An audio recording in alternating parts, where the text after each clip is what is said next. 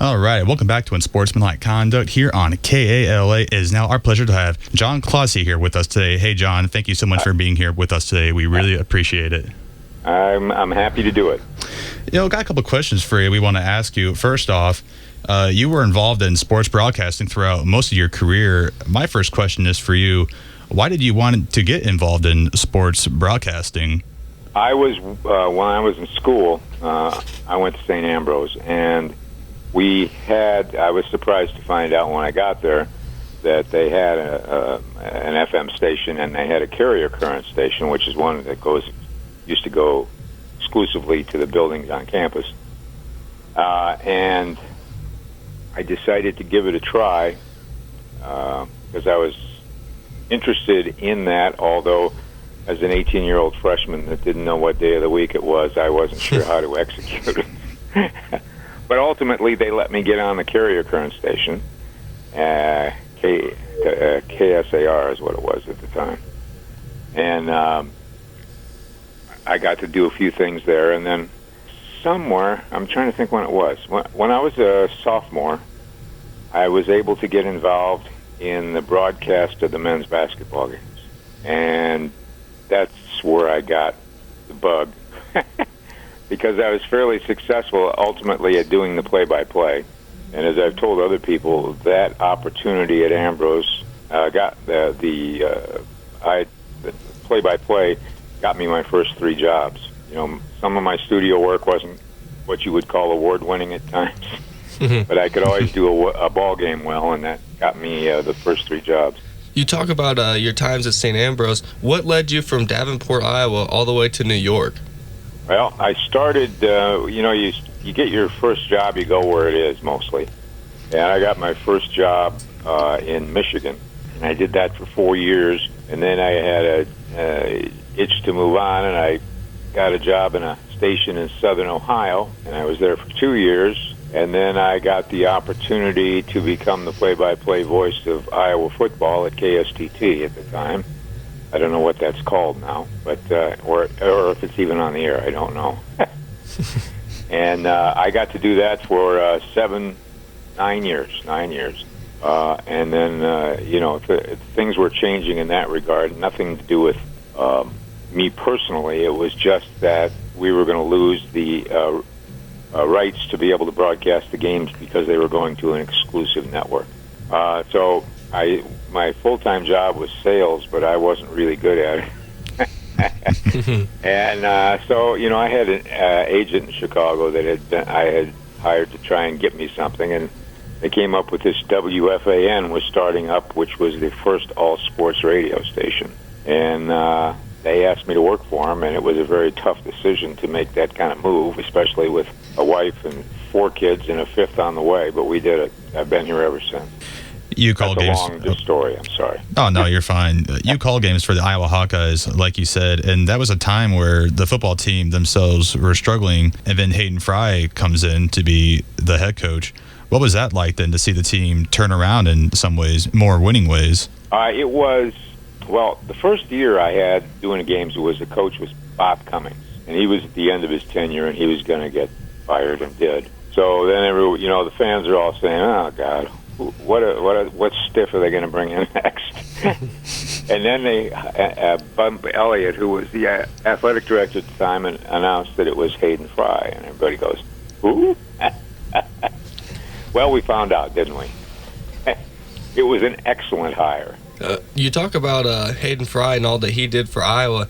What was one of your favorite moments working at ABC or anywhere else that you worked? Oh man, I had some pretty good times at WFAN just because they knew it, and we had all kinds of famous people that wanted to be on. But at ABC, I guess covering the Olympics in Atlanta, Summer Olympics. Those were the ones where they had the bombing in the park and all that stuff. And, I got to do a little bit of play-by-play at ABC, not very much, because I was basically doing sportscasts. So I got an opportunity to go some places, which I probably wouldn't have if I weren't in that position. You talked about how you were a student here at St. Ambrose. Way back in the day, you were a class in 1972. So describe your time here as a student. We know you mentioned, of course, how you got involved with the radio and stuff, but also what else kind of drove you here to be a student here at St. Ambrose? Well, yeah, the high school I went to, the guidance department really encouraged you to get away from home. And I didn't want to go across country. I was the oldest of 6 kids, so I'm used to being crowded, and was at that point.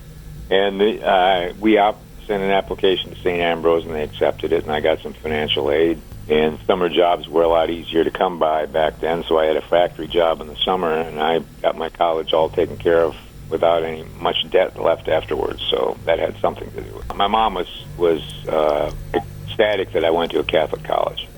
Catholic grade school, Catholic high school, Catholic college. You know how it goes.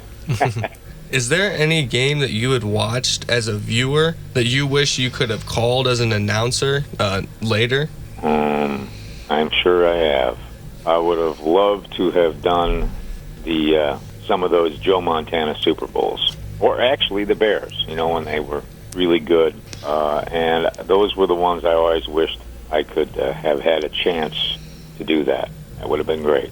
What would be your advice to a college student that was looking to exactly what you were able to do? So what advice would you give them? So for me and Logan, we want to get involved in the sports broadcasting. So what advice would you give to any students that were looking for tips? Well, I guess, you got to figure out who does what kind of places do what. I mean, the whole business has changed since I came out because radio has changed. They don't do as much live play-by-play sports. They usually take feeds from someplace else. So you got to find a situation like that. And usually a good place to start is, although sometimes people get a break, but start in a small town where they give you an opportunity to do some local basketball or high school football or a local college like Ambrose, something like that. And that gets your foot in the door. And then you just try to make your best of your opportunities. But you may, it may come down to having to go to, a little town that you would have never heard of. But, that's what the opportunity is at the time. And nobody says you have to stay there the rest of your life. But it gives you a chance to work in the business, to get your style down and all that kind of thing. It's all stuff that we learn early on if you get given the opportunity. You talked about wanting to be the play-by-play guy for a Joe Montana Super Bowl. One call for him would be the catch in 1982, a very iconic call by that play-by-play announcer. Is there a call that you made in your career that sticks out to you, a certain play throughout your career? Yeah, it was. There were 2 when I was doing Iowa. One was Michigan State game in which Chuck Long did a play-action fake and bootleg to the right for the winning touchdown with less than a minute to go in the game. And then it was also that season was Rob Outland kicking a field goal to beat Michigan. So it was a great season overall, but those are the 2 highlights of that. And then I used to do Seton Hall basketball, doing games in the King Dome out in Seattle.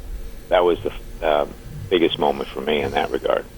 A lot of sports broadcasters, when they were younger kids, they had their favorite teams they cheered for. Was there any teams that you cheered for when you were a younger kid? Northwest Indiana is where I lived, near Chicago, and the point at that point, the White Sox were the hotter team in the city, and they were easier to get to from where I was. It was like just up the expressway. Not that I hadn't, my dad didn't go to games, so I wasn't able to ride with him, but we would do youth trips and stuff, and that's where most of them were.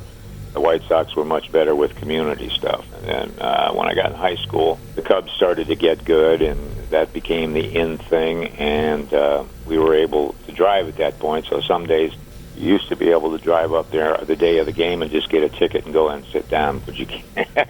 You have to have your tickets willed to you now, so you can't do that. But that was that story. You talked about some of the people in the past you wish you could do play-by-play for. Is there a team or today that you wish you would able to be the play-by-play guy for? Any good football program. program. I would love to do the Bears. The guy I know, Wayne Larrivee, did the Bears for a long time. He was a really good one, and before me, there were at KSTT in Iowa, there were several guys that did the Iowa football games over the years, and many of them went on to much bigger places. Was there anyone that inspired you to get into sports broadcasting? I'm trying to think. It started. This is a story I told to somebody the other day. When I was in 7th grade, for Christmas, my mom and dad bought me my first radio. It was an AM radio, set it up in the bedroom. And I turned it on one night, and a station in Chicago, WLS, which used to be a rock and roll station, carried the ABC News Hour at 6 p.m. And one of those was the sports guy, whose name was Tom Harmon. He was a Heisman Trophy winner at Michigan, and I heard him do the sports. I thought, that's cool. That's really a nice thing to do. And as it turns out, Tom Harmon was the father of Mark Harmon, very well-known actor now. But that's the first taste of it, I guess. We kind of talked about your favorite moments and your favorite teams growing up. Is there a certain player that you made a call for personally yourself that really stuck out to you above the rest throughout your career? You mean actually doing the play-by-play of something they did? Sure. Okay. The best college, I only did Iowa football, and then I did Seton Hall basketball. So, it'd have to be something that Chuck Long did. He did so many things, but that would be the guy. He works on the Big Ten Network now. So, some of the games he was involved in would be my favorites, I guess. How has the business changed when you first started and then to when you retired? Describe that, because you worked in sports broadcasting for a long time, and time certainly had changed. So what exactly did change in your field mostly?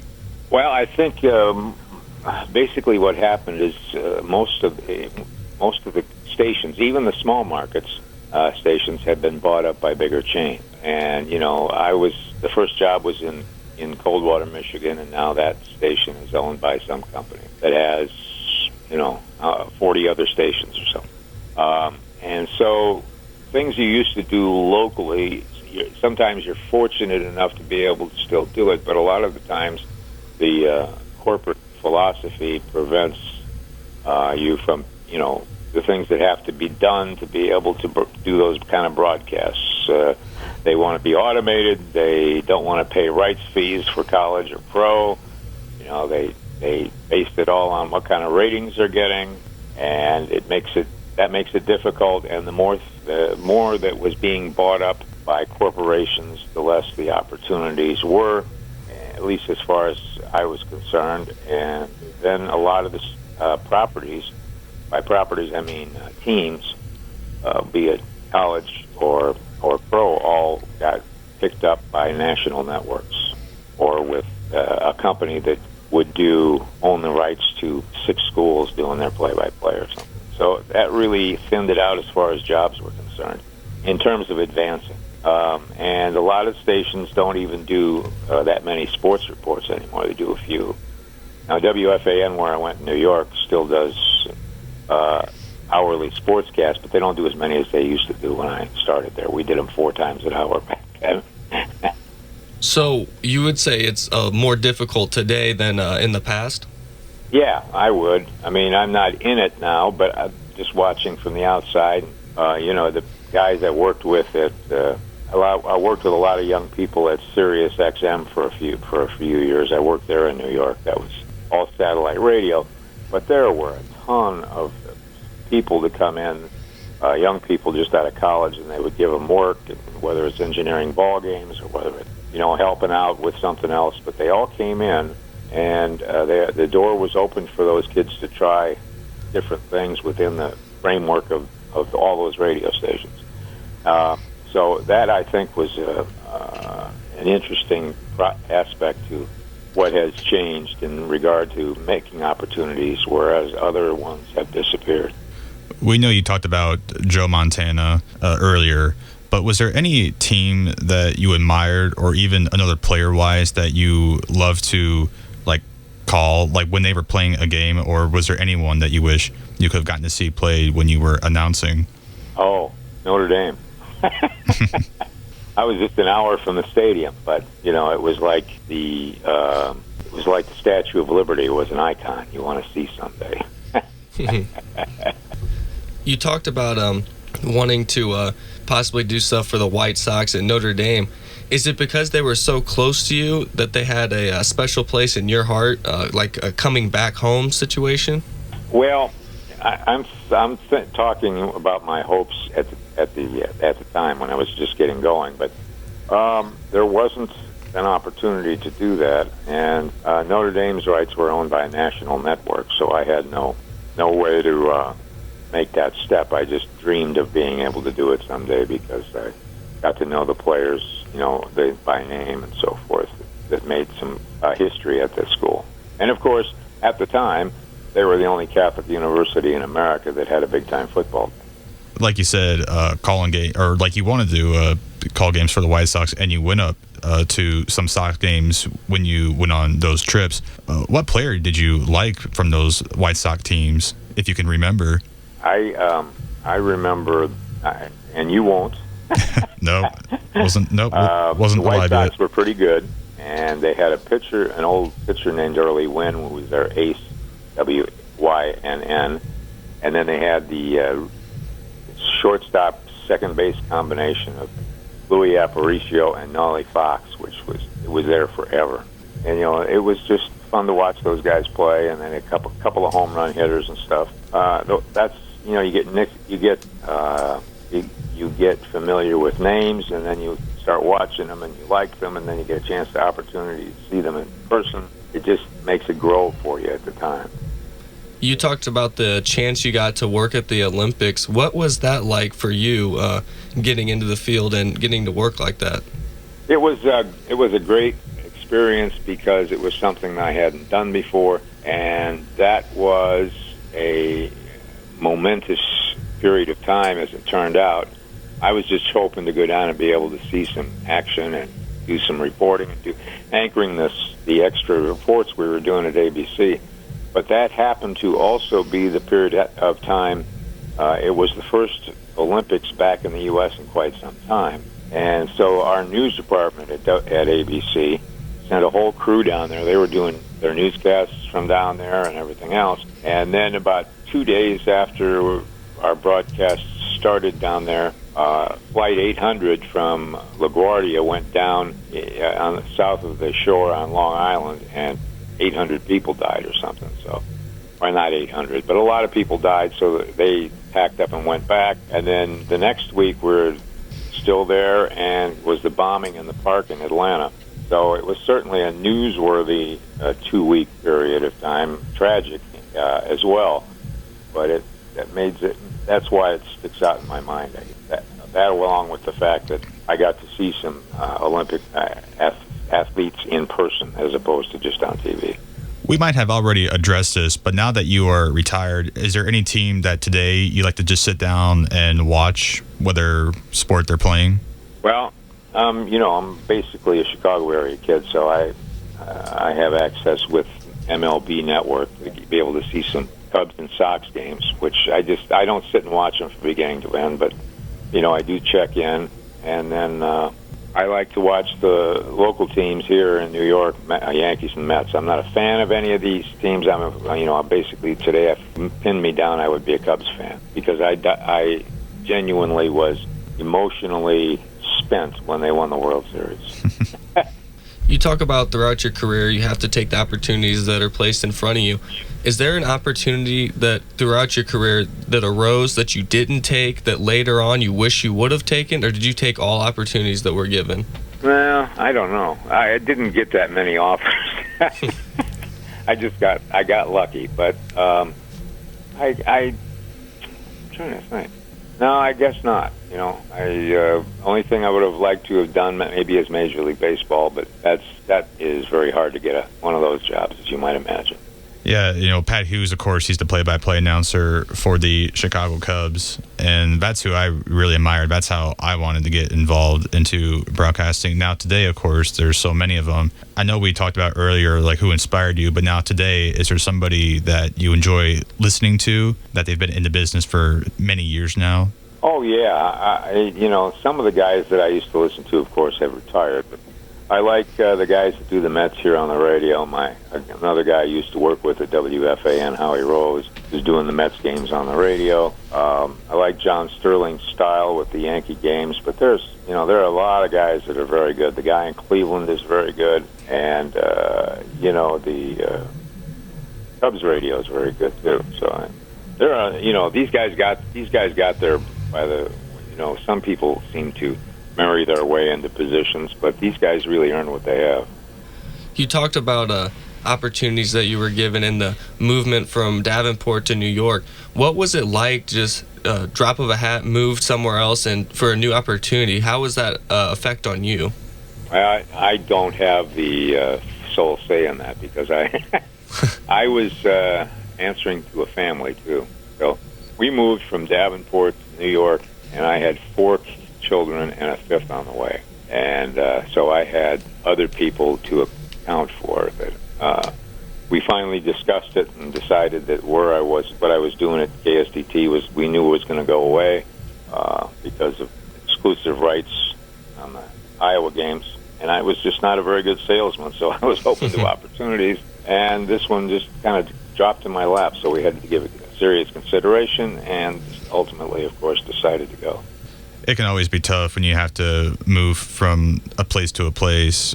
Of course, in sports broadcasting, that happens quite a bit, whether it's announcers or player-wise as well. So, of course, like Logan said, how difficult was it? But really, when you had to keep on relocating, like you went from Michigan, then you said to Southern Ohio, when you kept on moving from time to time, was it just kind of like, here we go again, or was it, or was it still hard at times? Oh, yeah. I mean, the first time going to my first job in Michigan was not any problem whatsoever, because I was just out of school and I didn't have anybody else to answer to. There's a lot of things that come with getting out in the world for the first time that I wasn't too good at, but I didn't have to get an okay from anybody. But going to the second job from Michigan to Ohio, my wife I got married in the interim, and my wife's pregnant with our first child at that point, so there were other people to consider in that move, but it wasn't that far, and she's from Michigan, so we were in driving distance from her parents and brothers and sisters. And then I had been, which is obvious, I had spent a lot of time in the Quad Cities, so the move from Ohio to Davenport was not any big deal, because I still had friends there with whom I attended St. Ambrose and lived with some of them, and they're still in the city, so that was any problem at all. Going from Quad Cities to New York, we had to really think about that one, because we weren't going to be near anybody we knew. But my wife said, let's go, so we did. What was it like to kind of have that belief? You said that your wife said, all right, let's go. What was it like to have that belief behind you and going after your goals in your career? Oh, you mean to have her next to me? That was so much made things so much easier. I mean, you have other people to account for, but you had someone confirming the urges that you had to take these other jobs, and it makes it much easier. This business is full of stories where some guy gets a job offer and they go 1,000 miles away and their family falls apart. Fortunately, that never happened to me. I had a great support system. Well, John, thank you so much again for being here with us today. We really appreciate you hearing from you, and congrats to you on a great career as well. Well, I appreciate it, and I hope I didn't bore the people to death too badly. No, I think you did a great job. Thank you so much again. We really appreciate it. Well, I appreciate the opportunity. Thank you very much. We are going to take a quick break here on Unsportsmanlike Conduct. We will be right back.